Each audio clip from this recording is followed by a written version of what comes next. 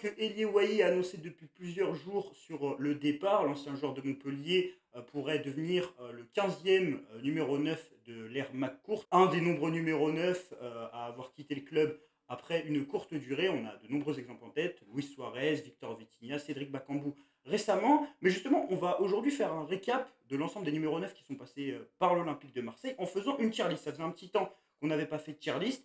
Et je suis donc aujourd'hui accompagné de Tino, qui est avec moi. Tino, vous avez l'habitude de voir sur Salut, la zone, ça va, Tino? ça va, super.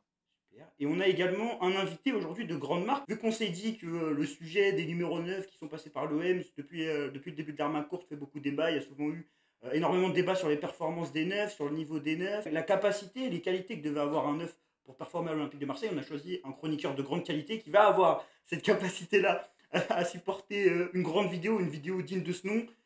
C'est Marwan Belkacem, que vous connaissez bien évidemment. Marwan, comment ça va? Bah écoute, grande marque, je ne sais pas, mais merci pour l'introduction. Déjà, je vais super bien. J'espère que c'est vous aussi. Et puis, bah, écoutez, ça fait plaisir d'être là avec vous. Vous pouvez retrouver bien évidemment le compte Twitter de Marwan en description et également celui de Tino, également sa chaîne YouTube. Mais le sujet du jour, c'est donc notre tier list sur les numéros 9 de l'Olympique de Marseille depuis le début de l'ère courte. Comme je l'ai dit, on a beaucoup de noms à classer, des noms qui nous rappellent de très bons souvenirs, d'autres de moins bons. On va pas vous expliquer le principe de la tier list, vu qu'on estime que si vous avez cliqué sur la vidéo, vous le connaissez déjà. Mais en tout cas, on a des beaux petits noms à classer. Moi, je vous propose de commencer avec Dario Benedetto. Et donc, honneur à l'invité.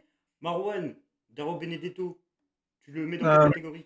Est-ce qu'on parle de la qualité du joueur, plus son passage au club, ou on parle uniquement de son passage au club? C'est-à-dire que finalement, si Bonne c'est un très question. bon joueur qui a floppé à l'OM, est-ce qu'on le mettra dans flop ou est-ce qu'on parlera par exemple de dire bah voilà, ça reste un bon neuf quand même, donc on le met dans mitigé? Oui, bien sûr. Ouais. 75% passage à l'OM et 25% la qualité du joueur, Et à moi, mon je pense qu'il sens. y a d'autres paramètres à prendre, comme par exemple le prix, le contexte. Bon, on va pas disséquer pendant 3 heures Ah, oui, oui. pour juger où est-ce qu'on le met, mais je pense qu'il y a quand même certains paramètres à prendre en compte. Mais si on le juge globalement sur ce que je viens d'énoncer, et principalement sur le passage de l'OM, toi, Dario Benedetto, qui a fait donc 2 saisons et quelques mois à l'OM, tu le classerais où? Alors, moi, alors, on va déjà aller sur la catégorie, je le mettrai dans mitigé. Mitigé? Mitigé, pourquoi? Parce qu'il fait une belle première saison. Mais le problème avec Dario Benedetto, c'est qu'on n'a jamais eu l'impression qu'il donnait la pleine mesure de son potentiel, parce que je pense que c'est un super attaquant. C'est un joueur fin, qui sent le but, qui emmène le collectif d'un point de vue de l'intensité, de l'envie. Mais c'est vrai que, et particulièrement pendant le Covid, on sent que ça a joué sur son implication, sur son moral. Et il me semblait avoir lu donc, que Dario Benedetto n'était pas un fan de football. C'est-à-dire Ah qu'en ouais. dehors de ses matchs, c'était un ultra de Boca, si je dis pas de bêtises, mais c'était pas nécessairement quelqu'un qui va se mettre le week-end et il va faire le marathon Première Ligue le dimanche après-midi. Mm. Et je pense que quand dans sa vie à côté ça ne va pas, ça se répercute énormément sur son travail, qu'il prend pour le coup véritablement comme un travail. Et on l'a trop senti pendant sa deuxième saison, et je pense que c'est aussi pour ça qu'il part. Et il y a aussi cette grosse blessure, je crois que c'est une grosse blessure lors de la deuxième saison, et c'est pour ça voilà, voilà, je reste sur ma fin avec Dario Benedetto, mais une première saison intéressante, donc mitigé finalement. Voilà, là, j'ai validé direct, par rapport à sa deuxième saison. Effectivement, comme a dit Marwan, on sent qu'il est emprunté, hein. Il a 2-3 éclairs, qui nous aident en deuxième partie de saison, il me semble. Mais sinon, ouais, il était bien critiqué d'ailleurs, pour, son plaisir des barbecues et cetera, qu'on a pu lui reprocher, heu, sa nouvelle coupe. Donc version, Benedetto 2020-2021, c'était pas trop ça. Par contre, il m'a tellement fait, vibrer en 2019-2020 quand il arrive. Je me souviens, bah, évidemment, son but contre Saint-Étienne où il est au départ de l'action avec la petite talonnade, pour Sarr, et Sarr qui remet à Sanson, Sanson qui lui remet, là, le vélodrome en ébullition, avec une bonne saison quand même, puisqu'il finit à 11 buts, et en plus, c'est la saison qui s'arrête avec le Covid. Donc beaucoup d'émotions, mais malheureusement on reste sur notre fin. Donc mitigé pour moi, ouais. C'est carrément Je pense qu'il y a un le consensus propos. qui est particulièrement incroyable. C'est que sur Dario Benedetto, on est tous d'accord. Pour moi aussi, ça va être mitigé. Je rejoins vos deux jugements. Parce que moi, je procède toujours par élimination. Je peux pas dire que Dario Benedetto est une réussite. Mais je peux pas dire non plus que c'est un flop ou une cata, surtout quand je vois le reste de la liste des joueurs, mais surtout quand je contemple et je me remémore son passage à l'Olympique de Marseille. C'est vraiment le mot qui définit pour moi le passage de Dario Benedetto. C'est un joueur qui a été recruté, je crois, une douzaine de millions d'euros, choix de Villas-Boas, que tu apprécies énormément, Marwan, mais je pense qu'on apprécie un peu tous. Mm. qu'il avait ramené de Boca. C'est un neuf qui avait eu un rendement intéressant sur sa première partie de saison. Je me rappelle notamment, il avait fait un gros début de saison, malgré son pénalty raté à Nantes pour sa première. Comme tu avais dit, Ouais. buteur contre Saint-Etienne, buteur à Nice également, pour la première victoire Mm. de l'OM de Villas-Boas. Et oui, il y a ce côté mitigé pour sa période de disette sur la première partie de saison. Je crois qu'il fait une disette jusqu'avant le match contre Nice, non, Nice, Nîmes, où il met un triplé. Et puis la deuxième saison qui est globalement catastrophique pour l'Olympique de Marseille. Et Daro Benedetto fait partie de ces joueurs qui illustrent ça. Et si l'OM a dû recruter Arek Melik 1 an et demi après son arrivée, ça explique aussi le pourquoi du Mm. comment Daro Benedetto Le raté, est arrivé. Ariles contre l'Olympiakos, qui le Ouais, tue, non. ouais, Son ouais. fameux raté là-bas, c'était Ah terrible. oui. Mais justement, il y a un truc que tu as soulevé, Marwan, quand tu parlais de Daro Benedetto, c'est sur sa deuxième saison. Tu as parlé que c'était un ancien supporter de Boca. Moi, je me dis que ce mec a peut-être aussi payé le lockdown, excusez-moi, le fait, le fait que, le fait que les stades étaient vides. Ouais. Je pense qu'il fait partie de ces Non, mecs. mais, clairement, hein, ça fait partie, je pense, du package qui a fait qu'il était moins performant. C'est un joueur qui, quand il fait son travail, il a besoin de ce supplément d'âme qui fait que lui aussi supportait Boca parce qu'on connaît l'ambiance de la Bombonera et le rapport qu'il y a très particulier, parfois même critiquable au football en Argentine.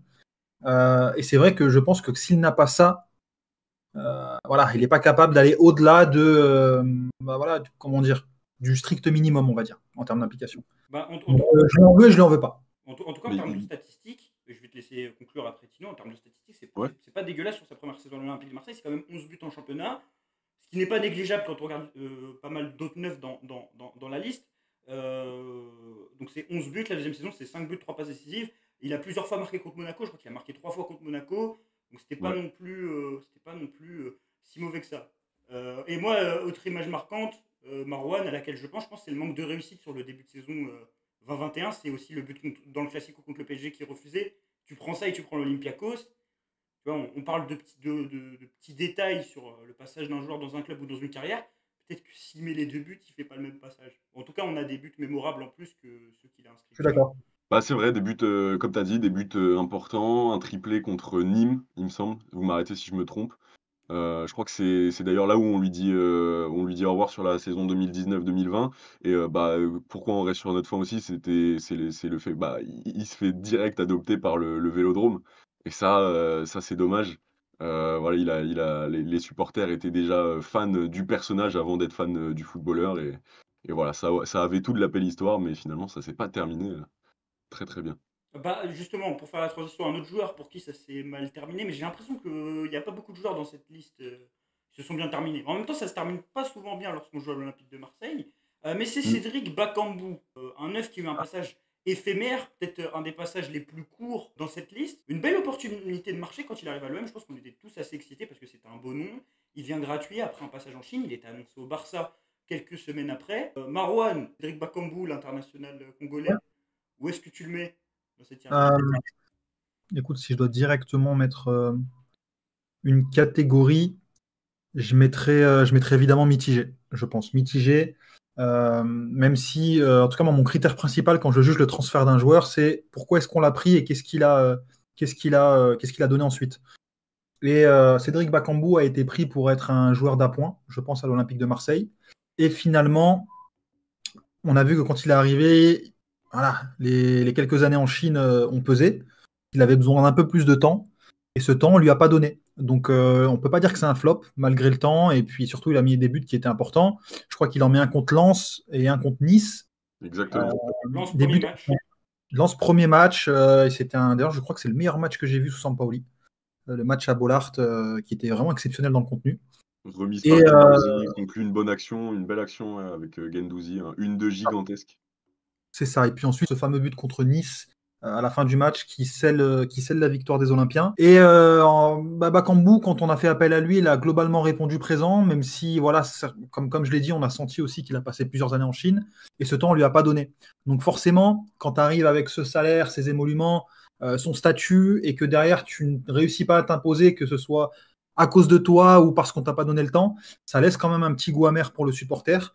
Mais c'est pas du tout une catastrophe industrielle en tout cas pour un observateur pardon, comme moi. Et Mm. c'est exactement pour ça que je le mettrais dans la catégorie mitigée. Ouais, franchement, moi, je suis un peu d'accord, Marwan, hein, je vais pas épiloguer, plus longtemps.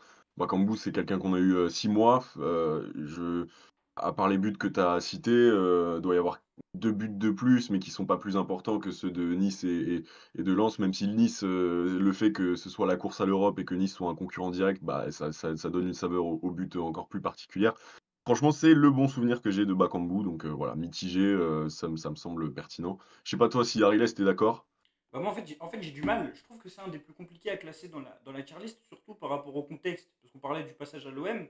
Je trouve Mmh. justement c'est compliqué de juger Cédric Bakambu sur son passage parce qu'il y a des conditions préalables à son arrivée. C'est un joueur qui s'entraînait à Basic Fit pendant 6 mois avant de venir à l'Olympique de Marseille, qui était peut-être en manque de rythme, qui vient de Chine. On sait que c'est compliqué lorsque les joueurs viennent de championnats exotiques, encore plus pour le championnat chinois qui est peut-être le moins compétitif des championnats exotiques.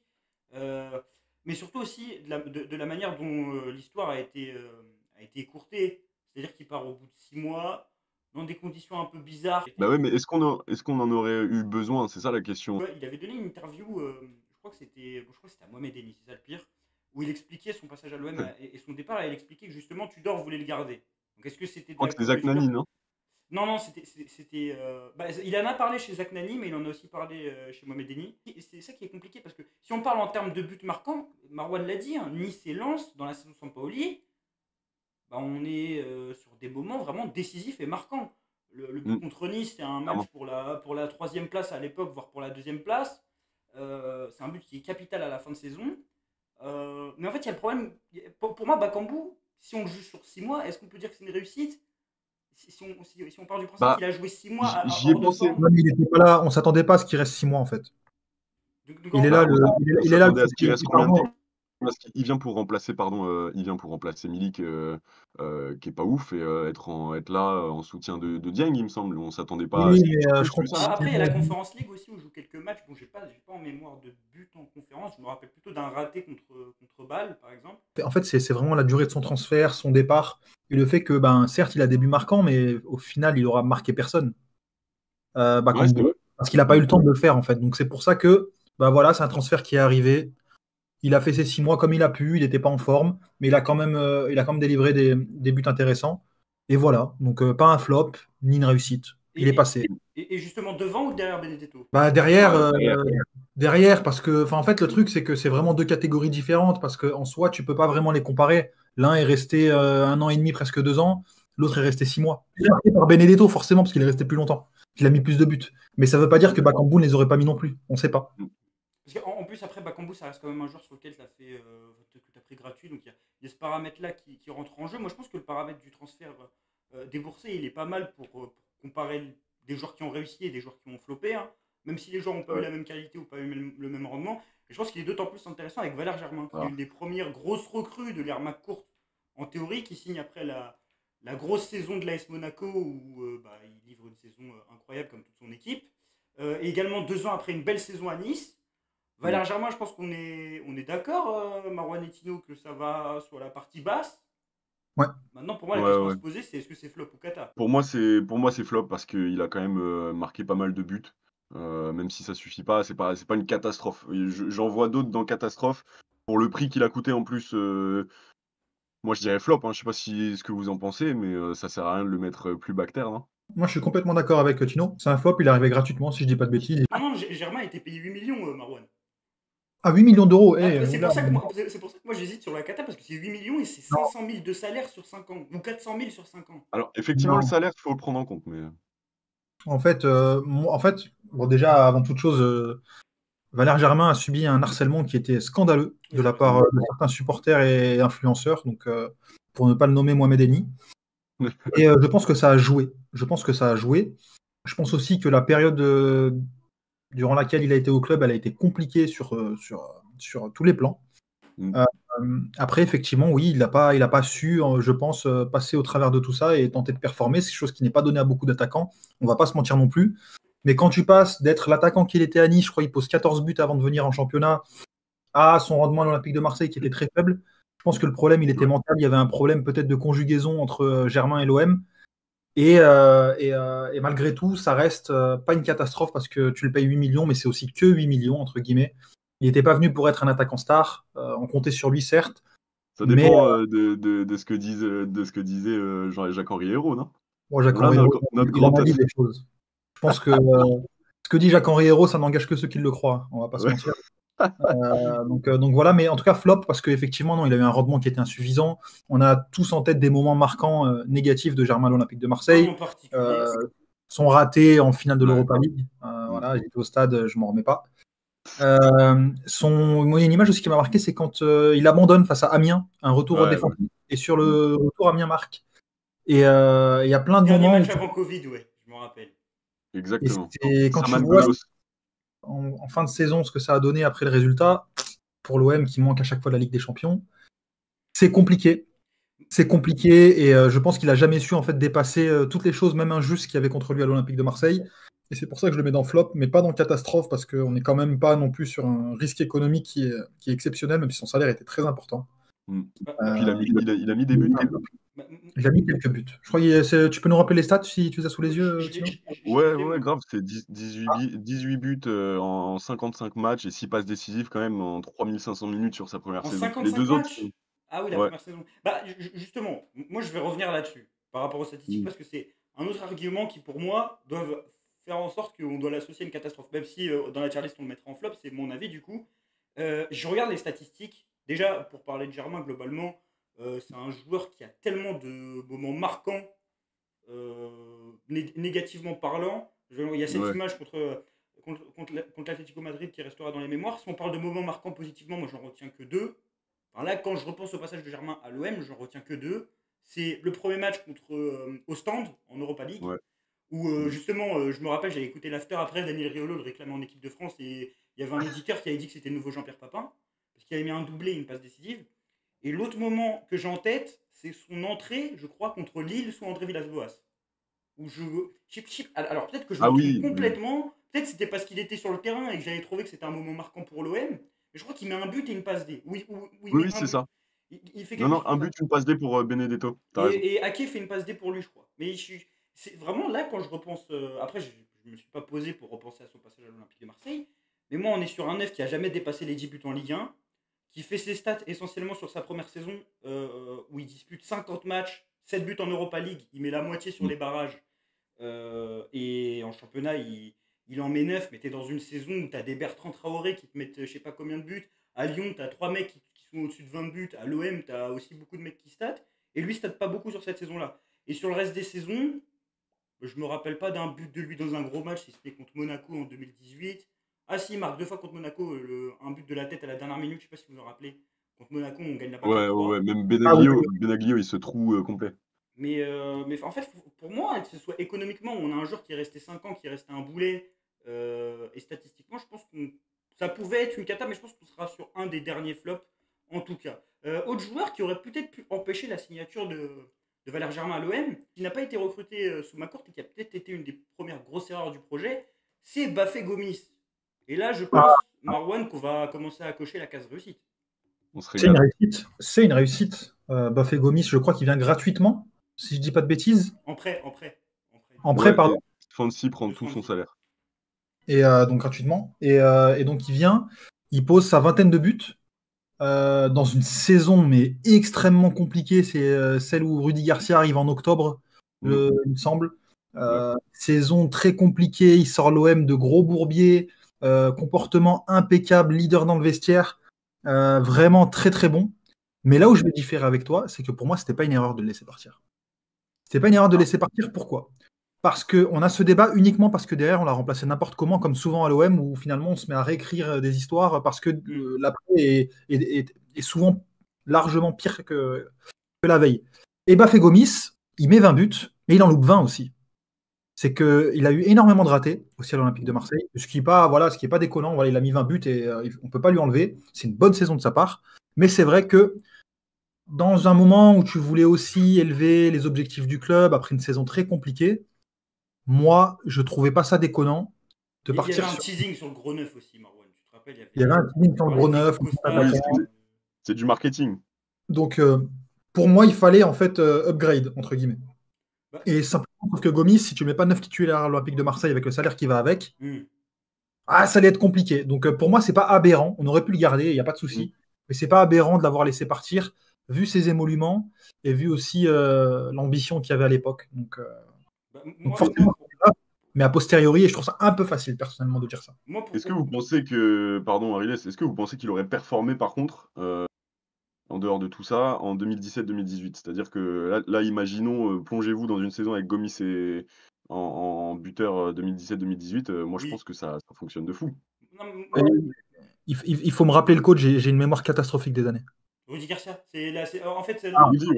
La saison d'après. Gomis, il fait la demi-saison de la qualif en Europa. Ouais. Et la saison d'après, c'est la saison où justement on va jusqu'en finale. Mais moi, justement, la qualif en Europa sur une saison où elle était quasiment inespérée quand tu regardes le début de saison, parce que c'est la saison où, en fait, c'est la deuxième grande machine à laver, où tous ceux qui étaient pas partis sous Bielsa sont partis, déjà qu'il restait plus grand monde. L'OM fait un Ouais. mercato Ligue des Masters avant le rachat sous McCourt. Je me rappelle la première recrue, c'était Saïf Eddin Raoui. Je me rappelle les matchs amicaux qu'on regardait, il y avait eu un tournoi, bref. Très bon joueur. En fait, c'est un OM dont j'ai des bons souvenirs dans la difficulté. En fait, c'est Ouais, c'est vrai. un OM très bancal, mais qui au, Sakai, fur et à mesure vainqueur. de la, qui au fur et à mesure de la saison a update. Et justement, moi je trouve que Gomis, à l'instar de William Vainqueur, est un joueur qui me rappelle de bons souvenirs, qui me rappelle Ouais. des souvenirs d'un Pourquoi? OM. Parce que les attentes, personne ne les avait. On n'avait pas d'attente C'est vrai, autour de c'est cet OM. vrai. Mais Tu vois? justement, mais je trouve qu'un joueur comme Gomis qui était en train de flop en PL après son départ de Lyon, où il était un très bon, enfin, où c'était un bon neuf de Ligue 1, un très bon neuf de Ligue 1, mais je trouve que son passage à l'OM, quand tu regardes en termes de contribution, que ce soit l'apport statistique, tu l'as dit Marwan, il met 20 buts dans une saison où tu joues pas de Coupe d'Europe.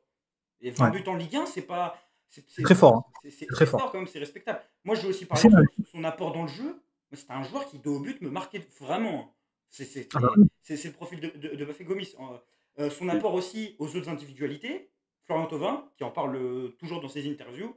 Si Thauvin décolle à l'OM, c'est aussi grâce à Bafé Gomis. Et moi, j'ai aussi envie de parler d'un dernier point. C'est au-delà d'être un bon neuf, voire un très bon neuf cette saison-là, c'est pas un top 9.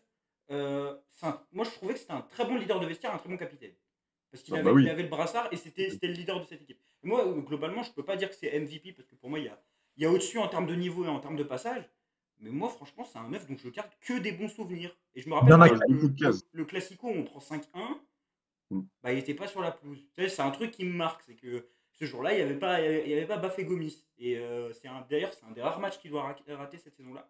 Mais franchement, Bah je après, garde après des de bons toute souvenirs. façon, dans toute la liste qu'on a, pour moi, déjà, enfin, je vais pas spoil, mais pour moi, c'est le troisième. C'est le troisième meilleur neuf qu'il y a eu sous McCourt. On verra ensuite qui sera 2 et 1 dans mon classement, mais effectivement, non, c'est une réussite. Après, moi, là où j'apportais la nuance, c'était sur le fait qu'on aurait dû le garder. Je sais pas. En fait, au moment où on se pose la question de le garder ou pas, pour moi, c'est pas évident qu'on doive le garder vraiment coûte que coûte d'un point de vue économique. Parce qu'encore une fois, Bafé Gomis, s'il performe, c'est parce que c'est un leader. Si derrière tu le déclasses, je suis pas sûr qu'il donne le même rendement, tu vois. Mm. Donc compliqué. C'est vrai. Bah, moi, je suis pas très d'accord avec toi. Je suis d'accord avec le fait qu'il fallait un attaquant vitrine pour le nouveau projet, le mercato qu'on nous promettait faramineux. Mais finalement, pour moi, le bon choix aurait été de le garder quand même. Ouais, à son salaire, et parce qu'en fait, le truc, c'est que je pense que Bafétimbi Gomis, si tu ne lui donnes pas l'importance qu'il Qu'il est doit pas au avoir, centre, ouais, s'il est pas au centre du projet. je suis pas sûr que derrière lui te donne la quintessence de son rendement. S'il ne se sent pas aussi important, s'il est en concurrence avec quelqu'un d'autre, surtout, je crois qu'on devait parler de 200-300 000 euros par mois. Non, c'est compliqué. En fait, le truc, c'est que À voir pour le salaire, Marwan, parce que l'OM a vraiment des grosses difficultés financières. D'ailleurs, on fait que des prêts ou des signatures libres. On signe des Hugo-chan, des Sakai. Ouais. Du coup, je pense pas qu'il a. Peut-être qu'il y avait un accord sur le salaire. Parce que en fait, les deux folies de ce mercato-là. Pour le garder, tu Ah, aurais oui. dû le faire derrière. 2017-2018. Mais derrière, il va à Galatasaray et il fait un bon passage. Mais voilà, en tout cas, moi, je trouve que c'est une réussite. Oui, on est d'accord là-dessus. C'est pas le neuf le plus marquant des 15 dernières années à l'OM, mais si on met la célébration, les buts contre. Moi, je me rappelle de très jolis buts contre Saint-Etienne, les 20 buts. Bref, c'est un très bon souvenir. Autre joueur qui a marqué beaucoup de buts à l'OM, c'est peut-être même celui qui en a marqué le plus sous l'ère McCourt. Bon, pas contre les meilleurs Dont adversaires. 50 contre Canet en Roussillon. Mais c'est aussi peut-être Non. le neuf c'est peut-être aussi le neuf qui a le plus cristallisé les débats malgré son niveau, parce que il était vraiment au centre des débats pendant toute une saison, la saison 21-22, c'est Arek Milik. Milik, c'est un joueur très clivant. Franchement, je trouve que c'est un des plus clivants dans la liste. Il a été traité, mais d'une manière lamentable par certains, mais simplement pour des considérations esthétiques. pour des Ouais, considérations esthétiques. Parce que je je suis vois désolé, quand Sampaoli est nommé après Largué, le joueur qui t'emmène en Europa League, c'est Arkadiusz Milik. Et Ah on oui. dit oui, mais il n'a pas marqué contre X ou Y. Mais je suis désolé, les matchs importants qui te ramènent des points, il y a des matchs où littéralement le gars te sort une frappe entrée à la surface de réparation, il t'arrache le match. Metz, la retournée là, qui vient de nulle part sur une tête de Kolasinac, non? Je crois que c'est ça. Je crois que tu as Ouais. Metz, tu as Angers. Mais j'avais compté à l'époque, tu as au moins 4 ou 5 matchs où s'il ne marque pas, l'OM ne gagne pas. Mais je pense qu'il y a même un match où s'il marque pas, Sampaoli saute. C'est le match contre Metz. Je Ah sais ouais, pas. voilà. Parce qu'on était dans un moment très compliqué pour Sampaoli où on gagnait pas, où l'Europa League ça s'était mal passé. Et je me rappelle d'un déplacement à Metz où c'est justement, je crois qu'il met cette retournette. Et à la fin, justement, il n'est pas titulaire sur ce match-là. Je crois que c'est Bakambu et Dieng. Non, moi, je te parlais de la première saison, de la première moitié Ah de oui, saison oui. de Sampaoli. Non, mais c'est justement pour illustrer, parce que là, tu as utilisé la première saison. C'est vrai que la première saison, c'est lui qui t'emmène en Europa League avec Sakai. Mais moi, avec Sakai, avec Lirola, justement, qui remplace Avec Sakai. Pirola. Ouais. Mais moi, je trouve que sur Milik, même, pour moi, il est même clivant à l'intérieur de moi-même. Genre, quand je suis en train de penser, je me remémore certains souvenirs qui sont très positifs et d'autres qui sont très négatifs. Et j'arrive pas à trancher là quand je vois la tier Il y list. a- Donc je vais vous laisser, hein, je vais vous laisser trancher. Ouais, bah, je vais juste terminer sur ensuite ce T'en qui, prie. pour moi, empêche de le classer comme une réussite. Pour moi, au final, c'est un attaquant dont le passage a été mitigé. Voilà, première partie de saison exceptionnelle avec Sampaoli. C'est un joueur d'une qualité supérieure, qu'on le veuille ou non. Qualité supérieure, c'est un bon attaquant au niveau européen, mais il y a des considérations esthétiques et aujourd'hui, il y a tout ce fantasme autour de l'attaquant autosuffisant qu'il n'est pas, qui fait qu'aujourd'hui, si ton attaquant il dribble pas 4 joueurs et il met pas une lucarne, c'est un mauvais joueur. C'est un biais aujourd'hui d'un certain nombre d'observateurs, il est nul. Et Milik a été jugé à travers ce prisme-là, les Timberland, etc., etc., alors que c'est loin d'être un joueur qui est mauvais techniquement. En plus, c'est loin d'être un joueur qui n'est pas capable de s'intégrer à un collectif. Mais effectivement, il n'était pas adapté au style de Sampaoli, et c'est pas ce que le club recherchait. Et sur sa deuxième saison, ça s'est vu. Il y a eu un problème de conjugaison entre lui et le club, le projet sportif. Je suis pas sûr que dans le vestiaire ça allait très bien. Je pense qu'il s'attendait à être reconnu comme plus important, et je pense que cette reconnaissance n'est pas venue. Et derrière, pour des raisons qui lui appartiennent, le fit ne s'est pas fait, et il en est aussi en partie responsable. Donc ça rend son passage mitigé, parce que je pense que quand tu vas chercher Milik à la Juventus, tu t'attendais à ce que ça dure déjà plus longtemps, et ce que surtout dans la durée, ce soit un peu plus efficace. Mais malheureusement, on est dans une période instable du club où les projets de jeu changeaient chaque été, et il en a fait les frais, donc mitigé pour ma part. T'as dit la Juventus, on va le chercher à Napoli. Naples et ensuite À Naples, pardon, et à la Juventus, oui, pardon. Ouais, voilà. Ok, ouais, tu m'as mis le doute. Et Milik, ouais, moi je fais à peu près la même analyse que toi. J'aurais pas pu faire, enfin, j'aurais dit beaucoup moins. T'as dressé un beau tableau de de ce que ça a été. T'as même mis des mots finalement sur mon ressenti global. J'y avais très peu réfléchi à Milik, mais c'est vrai que mon ressenti global, c'est plus une frustration par rapport à la première partie, enfin à la deuxième partie de saison Sampaoli. Qui nous fait, qui est juste exceptionnel. C'est le mec qui est venu faire qui a donné un coup de pied dans la fourmilière et finalement on va se qualifier en Europa League. Mais c'est vrai qu'il fait les frais de Sampaoli. C'est la saison, c'est le meilleur buteur, il me semble, sur cette saison. Sauf que la plupart de ses buts sont en Coupe de France, donc il laisse pas un souvenir incroyable sur cette saison, alors que statistiquement il est au-dessus du lot. Surtout en Et Conférence League. alors, comment? Surtout en Conférence League où Ouais, il. ouais, ouais, ouais, c'est Mais vrai que je la pense Conférence qu'il League, souffre il est absent. il souffre de quelque chose, Milik. Pour moi, il souffre de deux choses. Il y a ce qui a été souligné par Marwan, le débat autour du neuf autosuffisant. Pour moi, c'est Mmh. simple. Je pense qu'il n'était pas adapté aux deux coachs qu'il a connus à l'OM, après AVB. C'est-à-dire qu'en fait, en fait, en fait, pour moi, c'est un joueur qui illustre, euh, pour moi, d'une manière, le problème d'une grande partie des recrues qui ont été réalisées par Pablo Longoria. C'est que c'était une opportunité de marché. Dans un mois de janvier où l'OM ne pouvait pas construire et se préparer à construire pour l'été. Donc il a été Mmh. pris parce que c'est un joueur d'une classe au-dessus de l'OM. Clairement, quand il vient, on est même surpris quand il vient, parce qu'il vient à un moment où l'OM n'est pas bien et on ne peut pas normalement prendre des joueurs de cette qualité-là. Sauf que le problème, c'est qu'il vient, Villas-Boas démissionne, et que le coach comprend après, c'est un coach qui n'a pas besoin de ce profil-là, ou c'est pas un Ouais. profil pour lequel il est adapté. C'est que Sampaoli, on sait que c'est un jeu de possession qui est liquide, qui demande de savoir bien décrocher, d'être bon techniquement. En fait, limite, qui demande un rôle pratiquement de faux neuf, parce qu'on a vu que par exemple la deuxième saison, Dimitri Payet avait commencé comme faux numéro 9 ou Mm. potentiellement d'attaquants de profondeur comme Bamba Dieng et Cédric Bakambu, et il collait pas du tout avec ça. Et derrière, tu te tapes un autre style de jeu avec lequel pour moi il n'était pas compatible, c'est le style de jeu d'Igor Tudor, où il va demander à son numéro 9 d'avoir un profil beaucoup plus athlétique, beaucoup plus moderne, que n'a pas Milik, qui a peut-être un peu ce profil, en fait Mm. ce profil du renard des surfaces de Serie A, et pour moi Ouais, il souffre de ça, il souffre du fait que c'est une opportunité de mercato au mois de janvier et que l'OM décide de construire pendant l'été, et que les choix de construction ne sont pas compatibles avec son profil. Donc pour moi, c'est ça le problème de Milik. ouais. Et le deuxième problème aussi, dans l'analyse qu'on fait, je pense qu'il souffre d'une chose sur la saison Sampaoli, c'est qu'on associe le moment où il est titulaire, où il commence à être titulaire, au déclin de l'OM de Sampaoli, et on l'associe principalement à Milik. C'est-à-dire que l'OM de Sampaoli, qui était flamboyant sur les 3 premiers mois, est devenu nul à partir du retour de Milik. Moi, je pense que justement, Sampaoli est passé d'un football où il acceptait le fait que ce soit un peu. Que ça aille d'un but à l'autre, où il y avait énormément de transitions, où c'était pas énormément de contrôle, et où justement, après le match contre Lens, où je crois qu'on perd 3-2, il décide de revenir à un football avec plus de contrôle, un peu moins chatoyant. L'OM enchaîne des résultats qui ne sont pas super satisfaisants au cours du mois d'octobre-novembre, et ça coïncide avec le retour de Milik. Donc je pense qu'il est Ok. associé aussi à ce moment-là qui est compliqué dans la saison Sampaoli. Justement, Marwan, quand on parlait du côté clivant, c'était une cible clairement à ce moment-là, hein. Il y avait beaucoup de gens Clairement, qui ne voulaient pas qu'il soit clairement. titulaire. Donc je pense qu'il souffre également de ça. En tout cas, on est d'accord, c'est premier mitigé, Marwan. Le débat Mais les gens ont soutenu que Bamba Dieng était meilleur que lui, quoi. Enfin, à bout d'un moment, faut être sérieux.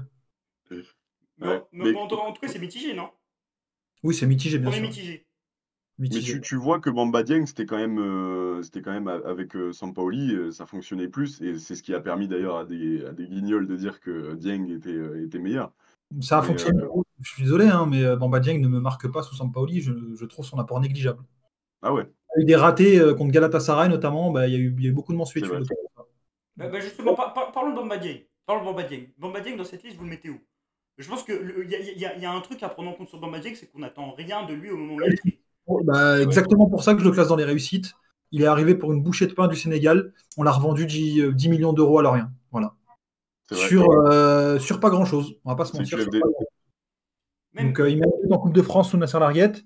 Il intègre le groupe pro. Je trouve que c'est un joueur limité. Je sais pas si c'est vraiment. Je sais pas si c'est un joueur de première division. Ouais, Euh, moi je suis d'accord avec cette analyse. Pour l'avoir vu jouer à Angers en IRL il y a pas longtemps, c'est vrai que c'est compliqué. je ne sais pas si c'est un joueur qui a les qualités techniques, en tout cas de première division. Je pense que physiquement, il est très solide. C'est un joueur qui est robuste, qui a de beaux appuis, qui a une très belle impulsion, qui a un jeu aérien OK. Mais je pense qu'ailleurs, dans le sens du jeu, dans la vision, je ne suis pas sûr que ce soit un joueur de première division. Après, j'espère qu'il me prouvera le contraire, et j'espère sincèrement. Mais l'OM l'arrache pour une bouchée de pain, enfin l'arrache, le prend pour une bouchée de pain et le vend pour 10 millions d'euros, bah c'est beau. Réussite. Est-ce que son doublé contre Monaco est un trompe-l'œil, Marwan? Non, il l'a mis, et puis tant mieux pour lui. Après, il a des qualités. Ce que je veux dire, c'est que Bamba Dieng, si tu le lances dans la profondeur, s'il rattrape un ballon dans la surface, bah, il peut la mettre, il n'y a pas de souci là-dessus. Mm. Mais voilà, après, c'est pas représentatif pour moi de la valeur du joueur, mais c'est que mon avis. Et j'espère vraiment qu'il fera une belle carrière et qu'il me montrera que c'est un joueur qui est capable d'être crédible en première division. Même s'il n'a rien à montrer, mais voilà. mais pour moi, au moment où justement on est un peu en train de. Je vais pas dire de s'emballer parce qu'on ne s'emballe pas, parce qu'il y a clairement des qualités chez Robinho Vaz, mais on s'enflamme sur les débuts de Robinho Vaz. Si on pense, selon moi, aux joueurs issus de l'équipe réserve qui a fait les débuts les plus tonitruants à l'Olympique de Marseille, et de façon répétée parce qu'il n'a pas fait que sur un match, pour moi c'est Bamba Dieng. Et c'est un joueur qui a gagné sa place dans un OM qui devenait de plus en plus ambitieux, en tout cas plus ambitieux que la saison où il signe, parce qu'il signe en 2021, et qui a prouvé avec des bouts de pain, quoi, avec des miettes. Il marque sur un match de Coupe de France où il rentre. Derrière, sur la fin de saison, Sampaoli le met sur certains matchs. Il va chercher un penalty contre Angers, je crois. C'est un penalty que Arek Milik transforme. La saison d'après, bah, on ne le voit pas sur les premières journées. Monaco, on a des absents. Je crois qu'on a pas Payet qui est mis de côté. Il est titulaire avec Harit. Il met un doublé. Non, c'est certainement. Moi, c'est pas un style de numéro 9 que j'apprécie particulièrement. Je pense que comme Marwan, il a des qualités qui sont très restreintes, surtout sur le plan technique. Je pense qu'aussi il y a eu sa blessure au genou. Je ne sais pas si vous avez suivi l'histoire, mais il avait une opération au genou d'ailleurs Ah oui, oui, oui. qui lui a valu la visite médicale ratée du côté de l'OGC Nice. Mais je pense qu'on part sur un joueur qui a rien coûté, Bah, qui sur selon la moi, saison, pardon. s'il n'y avait pas eu Pardon, d'imbroglio. hein, Vas-y. Ariles, vite fait, je te coupe vite fait, mais c'est quand même, sur la saison, Sampaoli, c'est quand même, 8 buts, 3 passes décisives, 11 implications, c'est quand même, pas mal. Mais surtout que ça doit pas être le plus utilisé. Il est utilisé. Mais il y a des buts marquants, je pense, au but contre Feyenoord. Après, il y a des ratés, je suis complètement d'accord. Mais Marwan, tu parlais de qualité technique. Moi, je pense qu'il a il a une autre qualité que les. Enfin, il a une qualité particulière qui n'est pas technique et qui joue peut-être plutôt dans la tête. C'est que moi, il m'impressionnait de par les initiatives qu'il prenait, par le Ça tempérament qu'il t'énerve. avait. En fait, je pense Moi, qu'il je suis d'accord. il faisait surtout la différence par ça. D'ailleurs, il gagne la CAN sur la saison 21-22 en en faisant une très belle entrée en finale. Et non, à chaque fois qu'il jouait, il m'impressionnait. Maintenant, la question que je me pose, c'est est-ce que c'est devant ou derrière Bafé Gomis? Non, mais après, il n'y a pas de voilà, c'est derrière quand même. Derrière, c'est Il, derrière. il est dans la Mais case et voilà, tu vois. Ok, mais en tout cas, on pour a revenir toujours à ce que tu disais tout à l'heure, Marwan, je pense plutôt qu'il a régressé parce que là, au fur et à mesure qu'on évoque, quelques souvenirs, je me souviens de son but, ouais, contre le Feyenoord, sa CAN aussi, heu, Il en loupe beaucoup aussi contre le Feyenoord, hein. comment? Ah oui, oui, c'est vrai qu'il rate beaucoup, Il mais était raté, hein. son but, faut le mettre. Donc je Mais me il se dis crée des plutôt occasions. Il avait du déchet, mais il s'en crée ouais, des. ouais, ouais. Il a à mon avis, il a plus régressé à cause des de ce qu'on lui a infligé ou de ses choix de carrière, mais quand il est à cette période-là, je pense que c'est bel et bien un joueur prometteur de première division, ce qui n'est plus maintenant, je pense. Il aurait pu Je- être transféré en première ligue à un certain moment. Donc la tier list commence un peu à se remplir, mais je trouve que en bas, c'est pas assez rempli parce qu'on a que Valère Germain et c'est pas assez représentatif quand même des numéros 9 qu'on a vu à l'OM, de voir pas mal de joueurs en mitigé et en réussite. Donc je vous propose Mmh. de classer Konstantinos Mitroglou. Et je pense que là, on va être à peu près sur le même débat que Germain. Et moi, j'aimerais bien, avant de vous demander quelle case vous aimeriez choisir, s'il y a une comparaison à faire entre les deux, lequel vous a le plus marqué dans le négatif, Mitroglou? Germain, ouais, Germain. Mitroglou.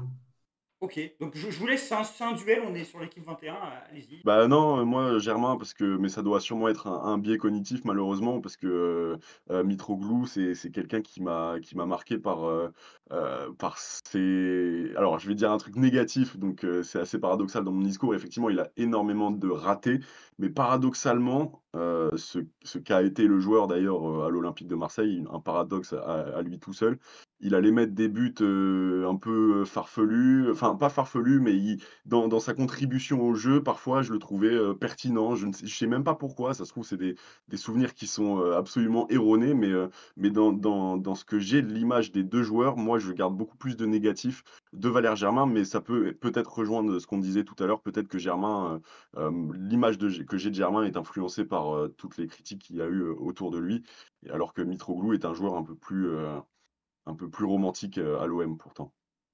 Je sais Alors, pas ce que tu en penses, Marwan? alors tu as complètement raison sur le nombre de moments négatifs avec Valère Germain parce que c'est vrai. En tout cas, selon ma perspective, je pense que Valère Germain a beaucoup plus de moments négatifs à l'OM que Mitroglou. Mais pour moi, ça n'empêche pas le fait que Mitroglou soit en dessous de Valère Germain. Pourquoi? Parce que Mitroglou incarne tout ce que j'ai détesté dans cet OM. Je ne parle pas du tout du joueur ou de l'homme. C'est que c'était un achat qui n'était pas réfléchi. C'était un panic buy lors de la dernière journée du mercato qu'on achète cher, sur lequel on ne réfléchit pas beaucoup. Le mec arrive terminé pour le haut niveau, le dos en bouillie, conditions physiques déplorables à certains moments de son aventure. Et derrière, c'est un joueur qu'on n'a jamais cherché à intégrer non plus. C'est un joueur que derrière, il y a eu beaucoup de harcèlement aussi autour de lui, des choses très négatives. Encore une fois, Mohamed Hani a été déplorable avec lui. La couverture médiatique aussi, Stéphane Guy, Mais même, l'énigmatique. même avant ses premiers matchs, hein, moi je me rappelle, c'était même avant ses premiers matchs. Parce qu'il y avait un peu le troll de l'OM voulait faire un grand attaquant et on tombe avec un joueur qui avait des Ouais, références, ouais. mais qui est pas le Qui joueur. avait des références et qui était un bon joueur. Sauf qu'à l'Olympique de Marseille, ça ne s'est pas passé. On le paye, je crois, 14 ou 15 millions d'euros, Pour si je dis pas de... 50% des droits du joueur. pour 50% des droits du joueur, ce qui est scandaleux. Et pour ça, en fait, c'est catastrophe parce que je pense que si on systématise la façon dont on a procédé pour acheter Mitroglou et celle de Valère Germain, je pense qu'à la fin, tu achètes 100 Valère Germain et tu achètes 100 Mitroglou. Je pense que sur les 100 Valère Germain, tu as beaucoup plus de réussite que sur les 100 Mitroglou. Tu vois ce que je veux Ouais, je dire? vois. Ouais, Ouais, je je vois, Et vois. c'est je pour vois. ça Ouais, que ouais. pour moi, Mitroglou, c'est catastrophique et Valère Germain, c'est un flop. Mais en fait, j'ai l'impression que le débat, il n'est pas sur Germain Mitroglou, c'est plutôt le reflet de est-ce que c'est plus important les conditions du transfert ou le rendement du joueur. Parce que moi, si on parle en termes de rendement du joueur, moi je préfère le passage de Mitroglou.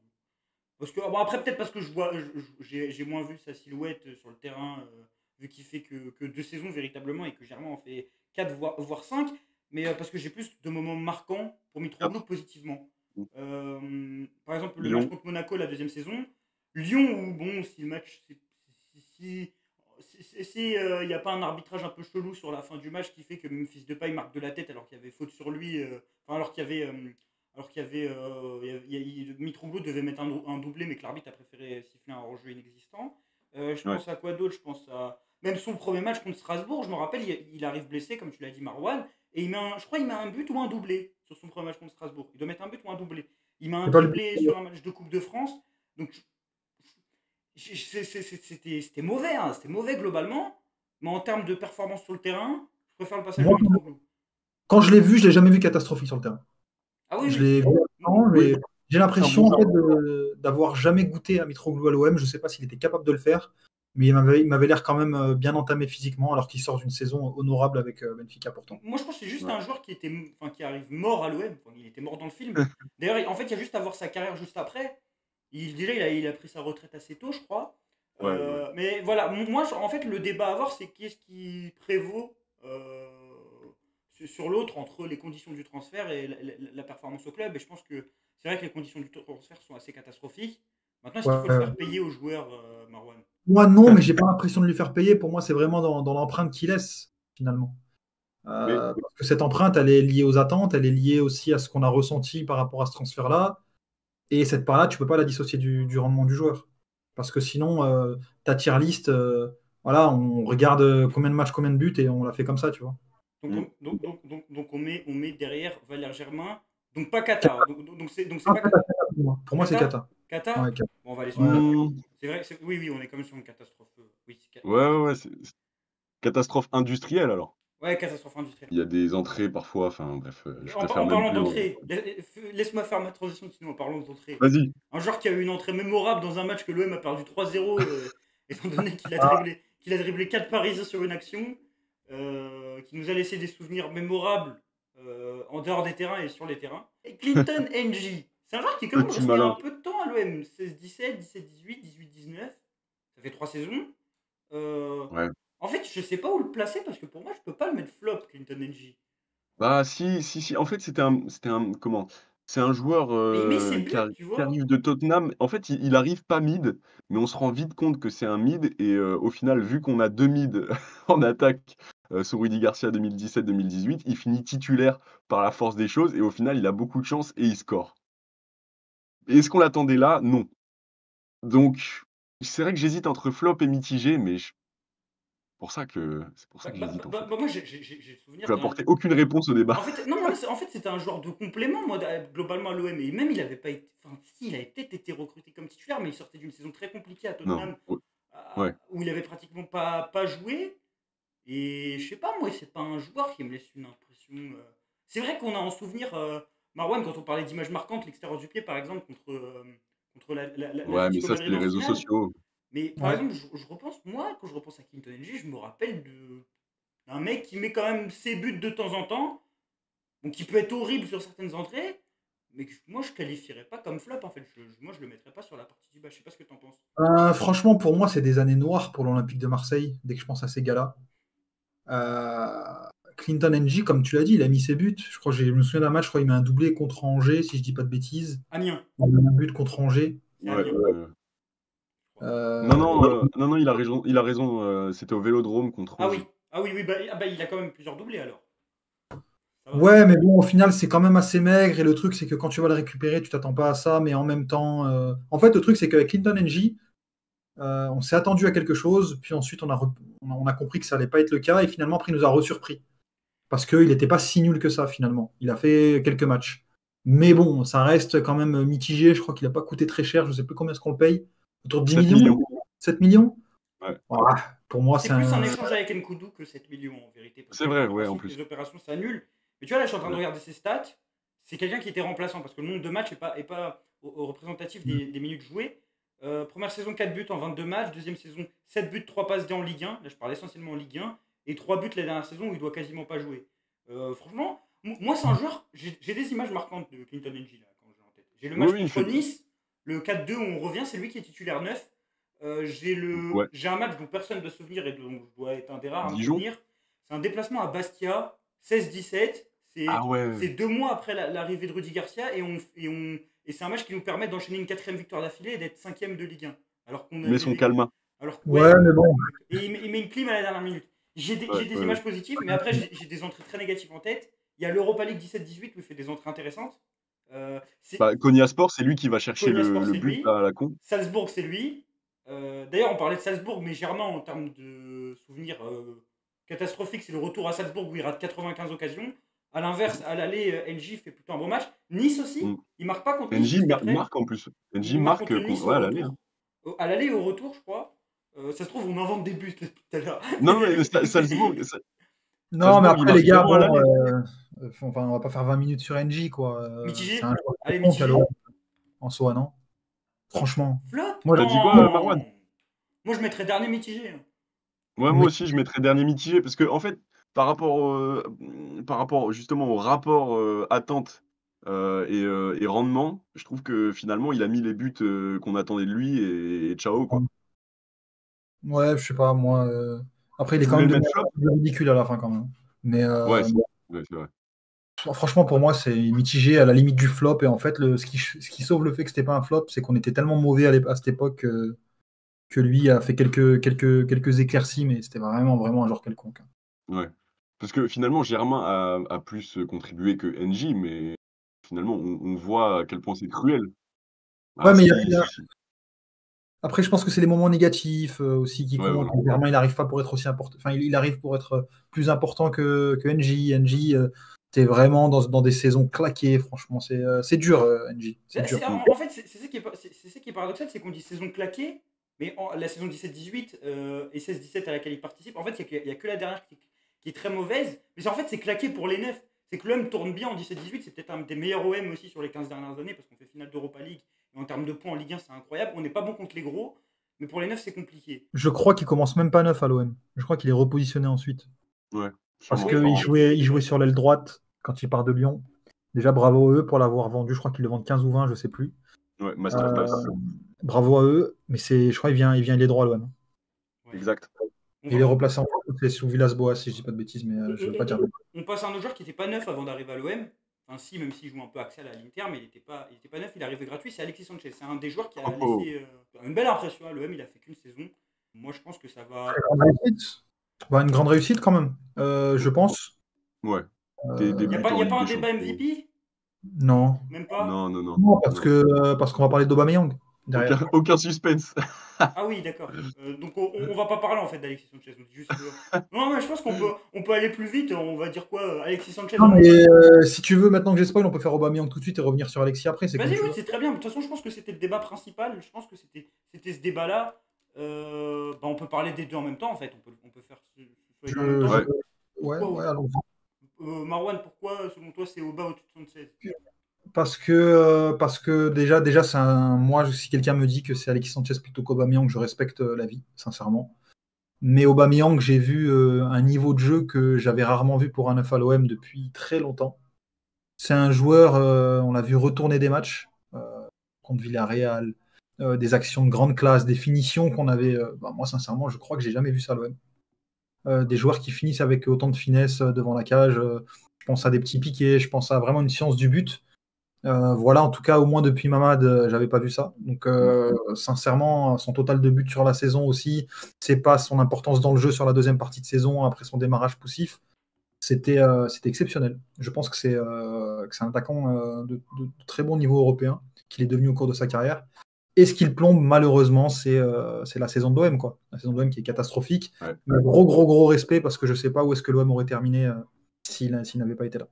Tino. C'est tout à fait, c'est très, très vrai, Marwan, ce que tu dis.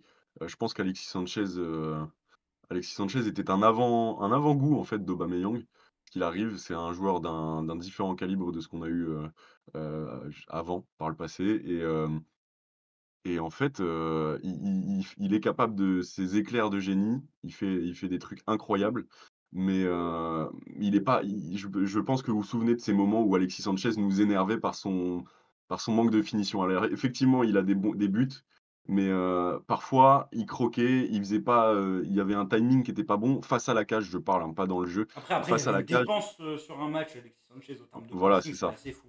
Et surtout Mm. que Alexis Sanchez, Aubameyang, pour moi, ils ont un point commun, c'est qu'ils sont jetés par des gros clubs et qu'ils arrivent plus ou moins librement. Enfin, oui, ils arrivent tous les deux Mm. librement et qui font la meilleure saison de leurs 5 dernières années de carrière, voire 4, enfin peut-être un peu moins pour Aubameyang à l'Olympique de Marseille. Maintenant, si on compare, je suis d'accord avec vous, Aubameyang, la saison, elle est plus Elle est marquante parce dingue. qu'il y a l'Europa League, même si avec Alexis Sanchez, on finit plus haut. Après, moi, je pense qu'il y a un autre débat qui rentrera peut-être en compte chez les gens qui préfèrent Sanchez. C'est peut-être la beauté du joueur, en gros. Quand tu regardes sur le terrain, est-ce que Oui. tu préfères regarder Sanchez, est-ce que tu préfères regarder Aubameyang? Moi, je préfère regarder Ah, c'est Sanchez, mais J'ai préféré regarder Aubameyang à l'OM perso. J'ai préféré préféré regarder regarder Aubameyang. Sanchez perso. Ouais.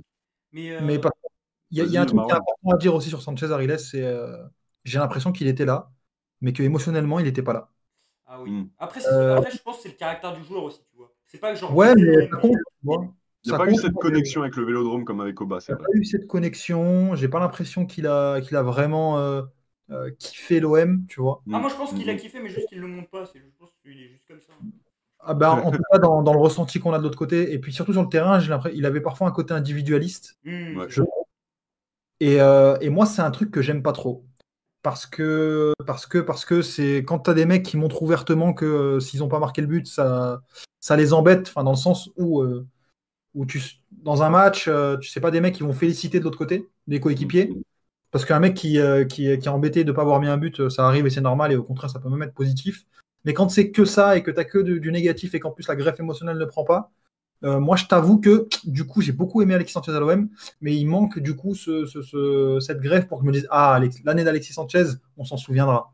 Mm, On mm, s'en mm. souviendra effectivement, mais je ne peux pas du coup le Il mettre y à a côté d'un Annecy, Aubame. peut-être aussi, le fait pas. Peut-être que s'il prend le titre Ah de ouais. Coupe de France, c'est peut-être qu'il n'y a même pas de débat et c'est MVP. Je sais pas. Mais il y a peut-être Je aussi ce côté-là avec, sais pas. avec Annecy. Mais après, Aubameyang, si on se dit la vérité, si on va au bout et qu'on la gagne de je ne sais quelle manière, je pense que le débat, c'est pas si c'est MVP, c'est si c'est un des meilleurs joueurs de Légende de l'OM l'OM. au 21e Mm. siècle. Ouais. Ouais, non, Plus mais l'arrêt clairement. Bosman. Mais bon, Clairement. Et puis il y a une trajectoire émotionnelle d'Aubameyang à l'OM, c'est qu'au début il est très critiqué à juste titre. Tu Ouais. vois même qu'à mon avis il y a des petites célébrations qui sont pas anodines à l'encontre du public. Ajax. Et derrière bah, il retourne quoi, il retourne la tendance, s'est mis à travailler, il a retourné le Vélodrome et même ça c'est aussi. kiffant, c'était kiffant. Moi j'ai kiffé Oba. Je pense que c'est même tu vois, le joueur, tu parlais de Sanchez, moi Oba, lui il avait l'air de kiffer. Et... Bon, l'OM c'était Ouais. compliqué collectivement, mais Ouais. Quand un finisseur finit bien les actions, c'est satisfaisant pour le spectateur. Donc effectivement, il y a Même dans beaucoup le de jeu à choses. la fin, même dans le jeu, Ouais. hein. Sur la deuxième partie de saison, il était important dans le jeu. Villarreal, le but qu'il donne à Klose, c'est lui qui fait le truc tout seul. Oui, oui, c'est. C'est clair, c'est clair. Mm. Donc non, MVP Aubameyang pour moi d'une belle tête, hein, pas que d'un peu. Voilà. Bien d'accord. justement on a parlé de joueurs kiffants, de joueurs qui finissent bien. Là on est surtout l'inverse pour moi. Je suis désolé. Petit Victor. Victor Vitinha, et là je suis vraiment désolé, mais pour moi, genre, il n'y a pas débat. Je vous dis vraiment, il n'y a pas Non. débat. Et je pense que c'est Non, autant non. dans les conditions du transfert que ce que j'ai vu à l'OM. Pour moi, c'est Kata.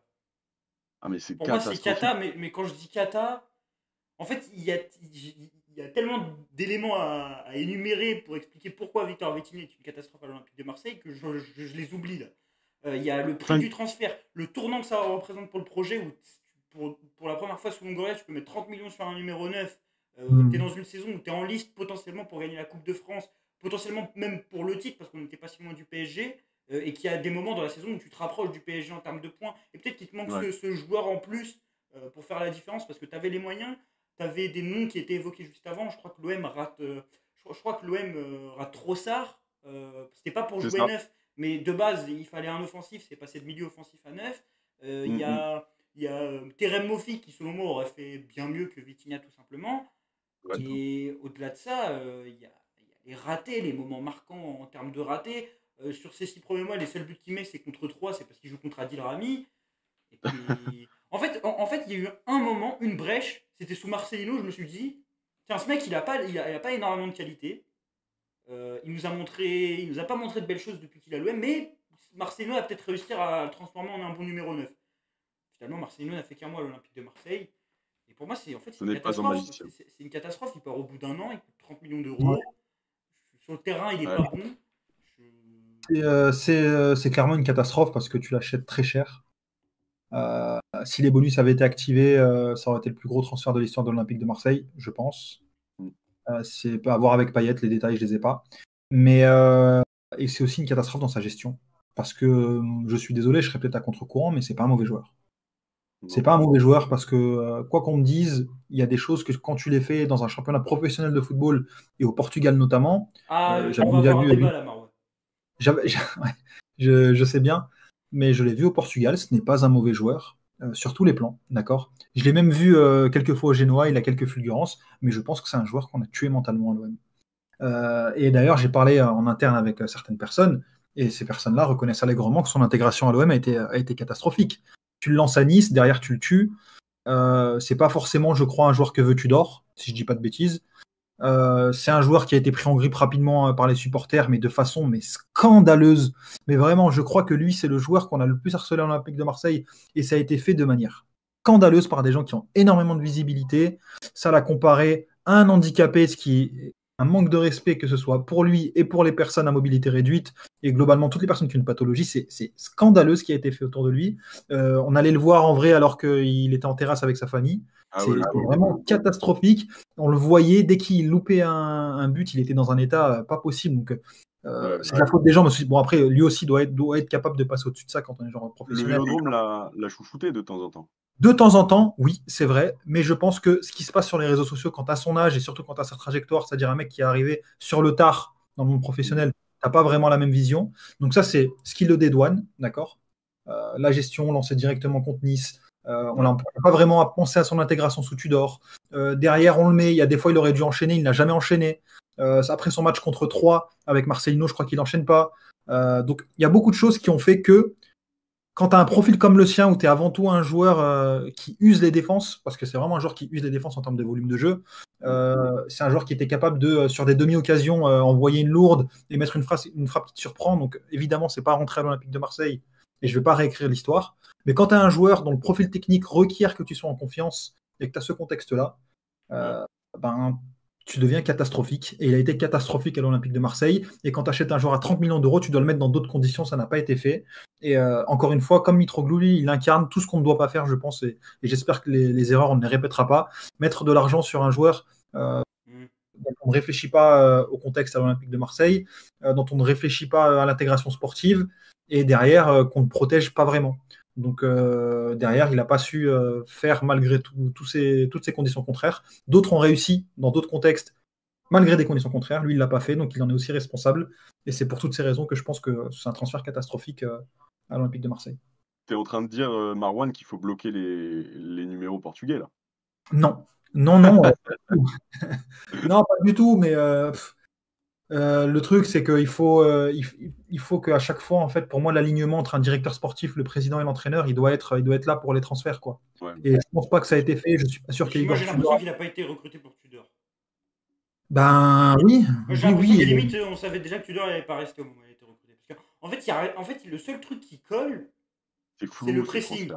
Mais en fait, je comprends pas à quel moment tu recrutes un joueur, essentiellement parce que, en termes des stats de pressing, c'est le joueur qui colle le plus avec ce dont tu as besoin sur la phase défensive. Genre, il n'y a pas d'autre phase. Même dans le jeu, en fait, même dans le jeu, il faisait des trucs au Portugal qu'il a plus jamais fait, ou uniquement par fulgurance. Pardon, mais par exemple, tu as fait l'erreur Luis Suarez juste avant, que tu prends aussi essentiellement parce que c'est un attaquant qui presse énormément, ça colle avec Tudor, mais qui dans le jeu, bon, je trouve que Suarez, je trouve que c'est compliqué de dire que c'est une cata, c'est un flop. Mais je sais même pas si ce joueur, on a pensé à le recruter pour qu'il joue, en fait. Donc, oui, ça doit être un peu plus. Je sais pas. Il doit y avoir des tables. Mais tu vois, tu prends Vitinha, son match contre 3 sous Marcelino. Je crois qu'il met un but, une passe D, ou en tout cas il provoque le deuxième. Reims, je crois plutôt. Reims, oui, je crois que c'est Reims. Mais contre 3 aussi, il met un but, il me semble. Je crois qu'il met même un doublé contre 3. 3 tout seul, oui, ouais, 3 tout seul. La saison d'avant, c'est la saison Tudor. Non, Marcelino, 3, je crois. 3, ils sont en Ligue 2. 3, ils sont en Ligue 2 cette saison-là. Je crois que c'est la fin de saison Tudor, t'as raison, oui. C'est Tudor. Et oui, donc non, quand tu fais un match comme il fait contre Reims, tu peux pas dire que c'est un mauvais joueur de foot. Je suis désolé, au bout d'un moment, moi je veux bien que ça n'ait pas marché, et il n'y a pas de souci dans les grandes mesures, ça n'a pas marché à l'OM, mais je pense que le contexte ne lui allait pas, et je pense vraiment qu'en plus on l'a tué mentalement, parce qu'au Genoa aussi c'est compliqué. Après voilà, c'est pas l'équipe qui joue le plus au football en Serie A, notamment sous Gilardino, qui n'est pas un coach inintéressant, mais en tout cas c'est compliqué. Voilà, je pense qu'on lui a fait beaucoup de mal, et j'espère qu'un jour il s'en relèvera. Après, s'il n'y arrive pas, ben, tant pis pour lui, mais en tout cas je lui souhaite le meilleur. En tout Bah cas, ouais, parce que ça a l'air d'être un chic type. Vas-y, Ariel. en tout cas, Vitinha, c'est Kata. Visiblement, si on souligne, hein, pour souligner un peu de points positifs, les deux phases où c'est pas catastrophique à l'OM, c'est lorsqu'il est aligné dans une disposition qui lui convient, c'est-à-dire à deux devant. Le Mm. début de saison avec Marcelino et la phase sous Gattuso où on joue en 3-5-2, je crois. Et d'ailleurs, l'OM, c'est là où l'OM a des bons résultats avec Gattuso. Ça a duré un mois parce que le coach italien n'aimait même pas faire plaisir aux supporters de l'OM. Dernier nom de cette tier list, un joueur, parce qu'on va pas classer, je pense, Mumbania, Mopé et Liéwaï. On pourra toucher Ouais, deux il trois faut mots pour faire des rapidement. projections. C'est Mario Balotelli.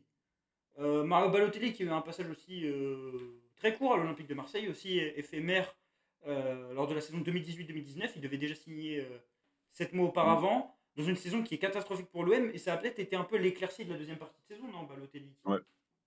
Oui, oui, totalement, Ouais. totalement. Moi, je suis d'accord pour dire ça. Alors, salaire élevé, donc le garder, c'est même pas forcément une option. Il arrive, Hérault, je le soupçonne d'avoir voulu, se mettre un peu les supporters dans la poche Oui, parce que oui, ça me fait Balotelli, complètement ça. c'est c'est tellement un transfert romantique que, voilà, l'annonce, elle est incroyable, on s'attendait tous à ce qu'il vienne 7 mois auparavant, comme tu l'as dit Il et il était met, venu à la commanderie 8. avec Rayola. C'était Ouais, drôle. voilà, en plus, putain et donc il met 8 buts en 15 matchs, donc moi je le mets en réussite entre, Gomis et Dieng, je pense.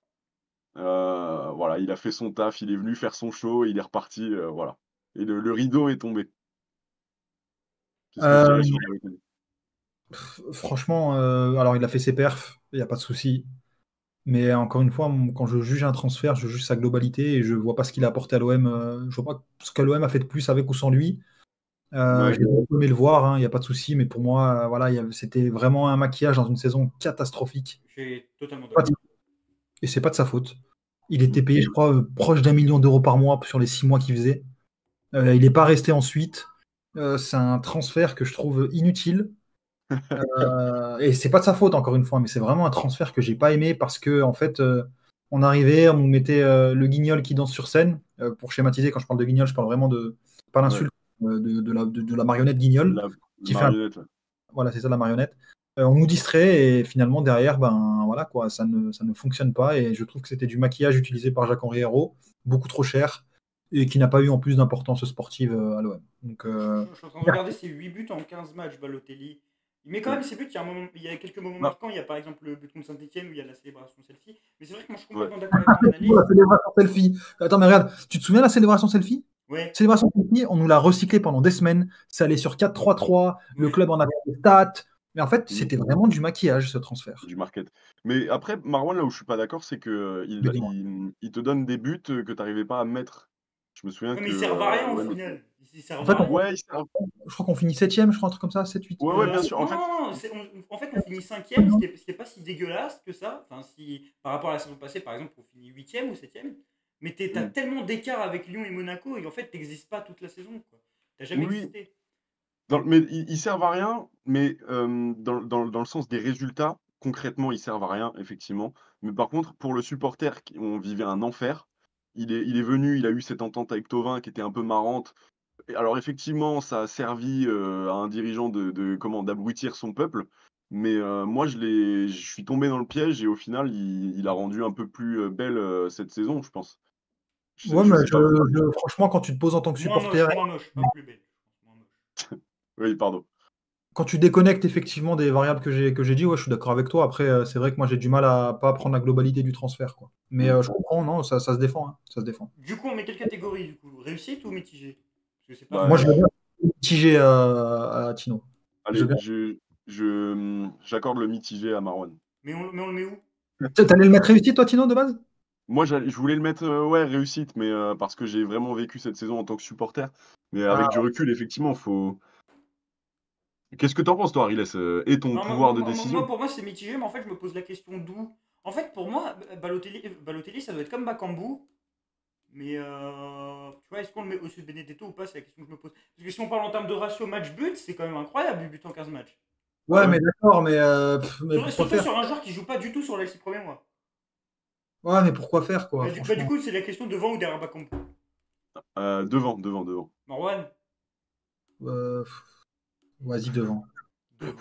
Pour moi, Il c'est est gentil. vraiment, Il est vraiment, gentil. il représente rien en fait pour moi l'OM Balotelli. Je sais Non, pas. mais moi, des fois, j'oublie qu'il a joué à l'OM. Vraiment. Genre, tu me dis C'est vrai. Ouais, Balotelli, je pense pas Balotelli à l'OM. Ah bah c'est sûr. c'est un happening pour moi, tu vois. Genre, c'est. Non. Luis Suarez, tu l'as décemment oublié. Bah, c'est toi qui l'as pas Bah cité. oui. C'est toi qui l'as pas cité, Tino, quand je te demande de citer les meufs qui étaient passés par l'OM. Le Luis Suarez, vous Quel l'auriez mis où? mytho! Non, c'est vrai en plus. Ah, pareil, je l'aurais mis mitigé, mais je l'aurais mis entre Bakambu et NJ, je pense. Ouais, voilà. Parce qu'on peut pas le critiquer en fait. Tu peux Ah rien non, dire. non, quand même. Ouais, mais en fait, c'est pas de sa faute. Mais moi, je le mets comme derrière Il a été NJ parce bon que le quand il passage, a joué, hein. Mais il a été bon en plus quand il a joué, hein. Reims, Ouais, premier match, il met 2 buts. Tottenham, il est pas ouais. mauvais. En fait, Auxerre, pour moi, Auxerre, il met un but. en fait, son passage, il est. On l'a pas vu. Il se termine trop tôt. Il se termine contre Francfort où il rate une grosse occasion et après, on le voit Mais plus. oui. Mais oui, il a dû jouer même pas 10 matchs, 11 matchs, je pense. C'est ça, exactement. Ouais. Donc bon, En tout cas, notre tier list est là. Merci énormément, Marwan et Tino. Notre tier list, donc avec Aubameyang, avec logiquement plaisir. MVP, pour compléter les rares réussites en vérité, parce qu'il y a pas mal de mitigés, c'est la catégorie qui ressort le plus. Alexis Sanchez, Bafetimbi Gomis, Bamba Dieng. Mitigé, Arek Milik. Je pense que beaucoup vont nous dire oui, il a mis Milik comme mitigé, il a mis 50 buts contre Karabag. En Mmh. commentaire, n'hésitez pas à donner votre avis si vous n'êtes pas d'accord avec nous. On était trois, il y a eu une recherche de consensus. Pas mal de joueurs sur lesquels on était d'accord. Ensuite, Benedetto, Balotelli, Bakambu, NJ. En flop, on n'a que Valère Germain et en kata, on en a deux, c'est Vitinha et Mitroglou. D'ailleurs, Vitinha devant ou derrière Mitroglou? Vitinha devant pour les Ouais, 30 millions, je pour dirais. moi, c'est la plus grosse cata, Vitinha. Ouais, Moi ouais. aussi, moi aussi, moi aussi, moi aussi. Pour moi, C'est la plus grosse cata. On va se c'est la mentir. Mais plus grosse. c'est vrai que finalement, ce qui est marrant dans cette tier list et dans cette émission là qu'on vient de faire, c'est que au final, quand tu es un peu lucide, tu as pas mal de choses qui se mettent bout à bout et il n'y a pas forcément de joueurs clivants au max, quoi. Et beaucoup de mauvais contextes. Moi, je trouve Ouais, qu'il voilà. y a beaucoup de mauvais contextes. Ouais, c'est là. Et je remarque qu'il y a vraiment quand je regarde la tier list, je vais la remettre parce que là j'avais switch l'écran qu'on avait. Mais quand je regarde les clubs que les joueurs ont fait après leur passage à l'OM, bon après il y en a qui étaient peut-être âgés, hein, mais Germain il va à Montpellier, Mmh. Benedetto enfin, fin de carrière européenne, même s'il va dans quelques clubs. C'est vrai. Bakambu, Bakambu il rebondit bien, je crois. Je sais plus où il Bof. allait, Olympiaco. Je crois qu'il va en Galatasaray. Turquie et il fait vraiment de belles saisons, si je dis pas de bêtises. C'est le cas de Bafé Gomis qui lui fait une belle fin de carrière, je trouve, qui est honorable. Bon, elle n'est pas dans un grand championnat européen, mais elle est pas mal. Il va en Grèce, Bakambu, il fait une saison 18 buts en championnat. Ah oui, ouais, c'est vraiment pas mal. Mitroglou, il arrête clairement sa carrière, littéralement. Vitinha, Genoa, c'est compliqué. Ouais. Dieng, c'est compliqué. Bon, après, c'est compliqué aussi à cause de l'OM. Genre là, c'était vraiment une Clairement. séparation toxique. Non, en fait, il y a Oba, il va en Arabie Saoudite. Balotelli, fin de carrière Mais pour moi. il y a personne qui fait une. Il y a que Milik peut-être qui rebondit Et il est décemment. remplaçant, tu vois. Ouais. Ouais. Ouais, mais c'est pas immérité, tu vois. Genre, c'est ok d'être remplaçant la Ouais, Juve. oui, non, non, oui, mais tu vois, c'est pas par exemple, je sais pas, il met pas 20 buts la saison d'après dans un autre club. Et on se dit, Non, non. ah, on regrette. Donc tu vois, par exemple, si on part en termes de regret, là, je regarde les performances d'après l'OM, bah, Mais il y a que Gomis. bah ouais, mais c'est fou, en fait, c'est fou parce que c'est une période où on a beaucoup d'argent et on n'est pas capable de faire un seul transfert comme Batshuayi a été fait en 2014, en 2015, en 2016, pardon, du côté de Chelsea, en misant sur un jeune. Enfin, c'est dingue, quoi. Ah, mais après, Je trouve que c'est un peu une anomalie, non? ben, en fait, c'est pas le poste de neuf, c'est l'instabilité globale du club. Ouais. Enfin, tu regardes, ça fait depuis la période post-Deschamps, tu as eu à chaque fois l'OM, ça a fonctionné par des éclaircies, en fait, par des poussées très brèves. Mmh. Le reste, c'est catastrophique, hein, ça fait 15 ans. Mmh, mmh. Genre, c'est dur. Et justement, Marwan, en termes d'enseignement, est-ce que cette tier list elle doit nous servir quand on va regarder le prochain neuf que l'OM doit faire? Est-ce que toi, tu as des enseignements, par exemple, sur le type, sur le modèle de neuf qu'il faut recruter à l'OM pour que ça marche, en constatant Ben, les 15 dernières années, les 10 en dernières fait, années plutôt? je pense pas qu'il y ait un archétype de neuf qu'on puisse définir. Je pense que ce qui est le plus important, et là pour le coup ça dépasse l'OM, c'est faut que ce soit aligné avec ce que veut le club et ce que veut le projet sportif. Et Mmh. qu'il faut que ce soit un achat qui soit réfléchi. Là, cet hiver, on est quand même à un moment où le club a besoin d'un neuf. Je ne pense pas qu'on doive se contenter de Mopé. Si Wai part, et seulement s'il part, je ne sais pas s'il sera parti au moment où la vidéo sera sortie, il ne faut pas se précipiter pour le remplacer par n'importe quoi et faire un panic buy comme on a trop souvent fait et se retrouver sur les bras avec un joueur qui n'est pas adapté que les supporters vont prendre en grippe parce qu'il va symboliser un mauvais choix, parce que derrière, le joueur ne va pas performer. Donc tout ce que j'espère, c'est que le prochain neuf de l'Olympique de Marseille sera un joueur qui sera prêt, qui sera adapté au projet sportif et qui sera un achat qui soit cohérent avec la politique globale du club. Et ça, l'alignement, ce retour à une certaine stabilité institutionnelle, je pense que c'est ce qui manque au club. Et parce on est dans une période où on a de cesse que d'essayer de rattraper l'image qu'on se fait du club. Et du coup, il faut des mecs qui performent tout de suite à un niveau qui n'est pas cohérent avec celui du club. Sauf que l'OM, aujourd'hui, est un club qui doit se contenter de Paris, parce qu'on n'est pas encore situé au niveau européen actuellement. Et pour courir après ce statut après lequel on court, on est obligé de prendre des joueurs qui peuvent, mais qui ne sont pas tout le temps. Et c'est pour ça qu'aujourd'hui, on a Eli Wahi qu'on a essayé de développer, qui va peut-être partir, mais voilà, il n'y a pas non plus le temps à l'OM, pour toutes les raisons que je viens de citer. Et il faut que le prochain, en tout cas, soit le symbole d'une certaine sagesse d'un point de vue institutionnel. Voilà. C'est parfait, Tino. Toi, Bien dit. est-ce Ah qu'il y a non, tu sais, dans les pistes qui sont évoquées, un type de joueur, est-ce qu'il faut un joueur expérimenté parce qu'Aubameyang et Sanchez c'est expérimenté et ça marche? Est-ce que on a vu pas... que les paris ça fonctionnait pas la plupart du temps lorsque c'était des jeunes Un joueurs. retour de Vitinha pour 5 millions d'euros, tu prends, Tino? Ah ouais, oui, globalement, oui. J'aime me faire du mal et Je pense que même là, s'il c'est... donne 5 millions d'euros au club et qu'il propose de revenir en jouant gratuitement, je prends pas. Genre vraiment. Ah ouais? Voilà. Oh là là là là. Ouais, ouais, j'ai pas envie de... Ah, le pauvre. Je rigolais, Vitinha. c'était une blague. Non, non, y a pas de souci. Mais on fera une vidéo complète harcèlement Vitinha si tu veux, Marwan. Non, non, mais je pense que c'est classé. Non, mais c'est juste que c'est vrai que c'est. Moi, je sais que je l'ai beaucoup défendu pour. Et j'ai un petit peu forcé le trait parce que ça me faisait de la peine Hmm. et que c'est scandaleux. Moi, j'aime pas me taire sur ces choses-là. Et c'est vrai que je pense qu'il y a beaucoup de supporters qui devraient se contrôler devant ce sport. Voilà. Qui devrait se Exact. contrôler, qui devrait s'abonner à Massilia Zone aussi. Ah, c'est vrai. Attends, j'ai pas dit le 9, j'ai pas dit le 9 que j'aimerais bien voir. Ah, Alors, Islam Slimani, merci. Moi, déjà, ça me dégoûte de ne pas l'avoir mis dans la tier list. C'est le mec qui croit qu'il alors va jouer à l'OM. quand j'essaye d'être pragmatique, je rate souvent. Voilà, parce que c'est un peu le bordel dans ma tête. Et là, pour le coup, j'ai souvent prêché le retour d'Alexis Sanchez pour ne pas avoir, enfin pour pouvoir avoir un joueur en plus de Vaz, Mopé et Mumbagna, Héros qui n'est pas un attaquant de pointe, mais voilà. Donc j'étais plus sur le mode prenons un joueur expérimenté, un mec qui va valoir même pas 5 millions, moi ça me va.